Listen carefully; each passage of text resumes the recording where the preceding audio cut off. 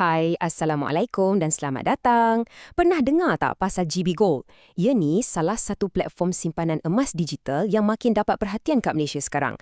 Jadi, untuk kupasan kali ni, jom kita bedah siasat sikit. Apa sebenarnya yang membuatkan platform ni istimewa? Anda mesti pernah terfikirkan, dalam zaman serba canggih, serba digital ni, takkanlah tak ada cara yang lebih mudah nak simpan emas. Ialah cara yang tak payah susah-susah nak ke kedai dan mungkin boleh mula dengan modal yang tak besar mana pun.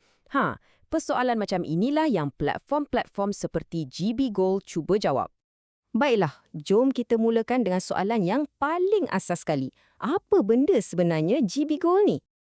Okey, secara ringkasnya macam ni. GB Gold ni adalah sebuah platform buatan Malaysia yang menyediakan satu sistem boleh kata lengkap lah. Anda boleh beli, anda boleh jual dan anda boleh simpan emas.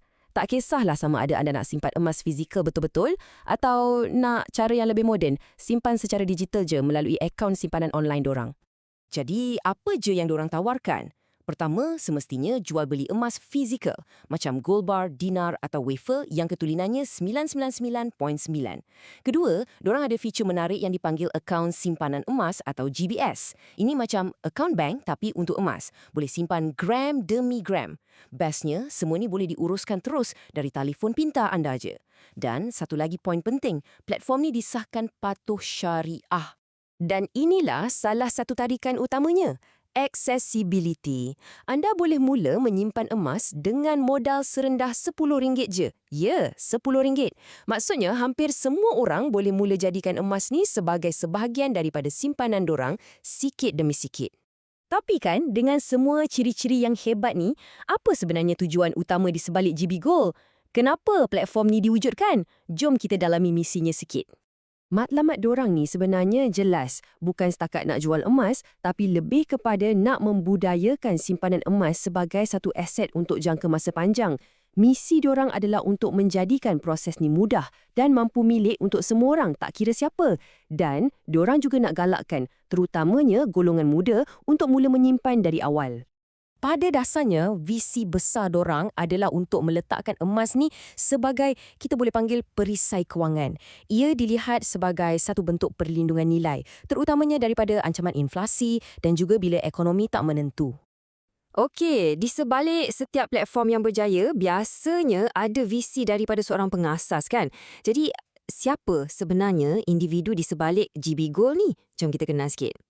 Pengasas dan juga CEO platform ni ialah Encik Shafiza Muaidin atau beliau lebih dikenali dalam industri ni sebagai Tuan GB. Beliaulah individu yang membangunkan jenama ni dari mula dengan visi yang jelas untuk mencipta produk emas yang lebih mudah diakses oleh pasaran tempatan kita. Okey, kita dah bincangkan banyak perkara tentang GB Gold.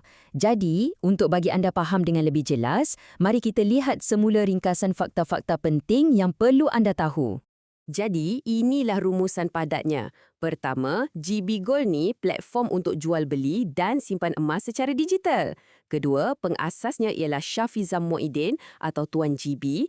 Ketiga, lokasinya di Shah Alam, Selangor. Dan yang paling penting, tujuan utamanya adalah untuk memudahkan orang ramai menyimpan emas sebagai aset kewangan jangka panjang. Senang kan nak ingat? Semua ni membawa kita kepada satu persoalan besar untuk difikirkan.